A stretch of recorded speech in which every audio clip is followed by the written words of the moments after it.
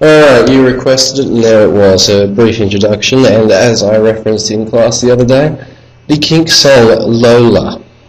Alright, now, that had no relevance to our study of Run Lola Run, or our study of The Dream of the Thylacine, which is of course our related text. Now, in class we discussed the picture book by Margaret Weil and Ron Brooks. We also began to answer those questions. Now, by now, those questions should well and truly be answered. Even if they're not, that's not going to be a great thing. So this video, you will see, you'll see images for analysis. Those images are all included in your booklet that you received on Thursday's lesson. If you weren't there, you will receive the booklet next time I see you. So the first thing, you will see these images eventually. I stuffed up, I forgot about this slide. But this is just what I want you to look at for each of the following. Okay? The type of shot, close, mid, long range, close up, all those things you guys know. You've done many film studies. I know that you have, I know the programs that you've done. You know those shots. The salient feature and why is the salient feature. Okay, so that's what you need to be thinking about, that's what you need to be annotating, and that's what you need to be writing about. Also, why would the author make this the salient feature? What's their purpose? What are they trying to achieve with this here? The colours that are used, and the significance of these colours. Okay, we all know that colours mean different things. For this specific text, look at the time of day when the action occurs. That will give you a big clue as to what is happening there. Also, just any other visual techniques you can find. So you'd be discussing framing, borders, reading pathways, all those things that I know you guys know. So this is the first image we're going to discuss. Alright, now you can talk about the actual written technique. Trapped MI in cage of twisty wire, cold concrete. Okay, it's repetition there, and you've also got, and repetition of course emphasises something. The cold concrete is to add to the oral, A-U-R-A-L, nature of the book. Okay? Now, these are all the annotations that you will make. I haven't given you the exact detail because what's the point of that? You guys have to think for yourselves. So the first one we're going to talk about is the actual thylacine himself. Now, as I write it down. Actual image, as I read it, write it down. Actual image of thylacine, which is blurred. Okay, what's this implying? Why did the authors use it? All that should go there. The next thing that's going to come up is the lack of border, or the white border that's framed it.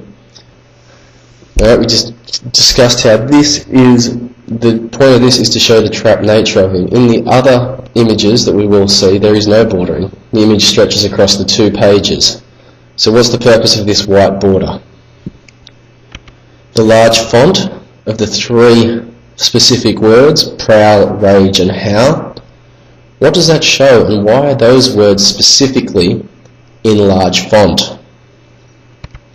We've also got the wooden border. Now the wooden border is not just the border here, if you follow where the mouse is, it's also the background to the words.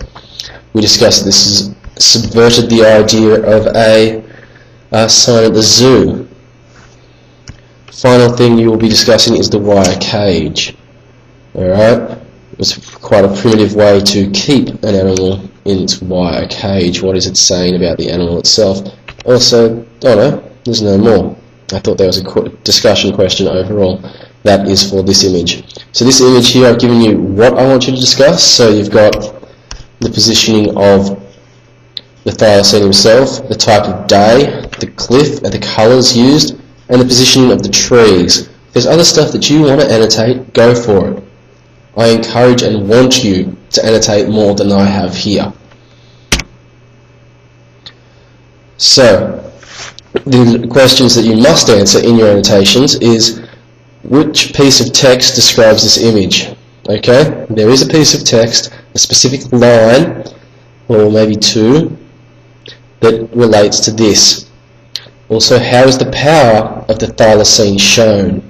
2 things that you must consider when annotating this image. I've got the image of the snow. I haven't included anything else other than the image itself and a discussion question. Okay? I've given you some annotations, I've shown you what I want to annotate for an image, now it's time for you guys to do it by yourselves. Alright, the overall discussion question for this one is, how does this image show the health of the thylacine deteriorating?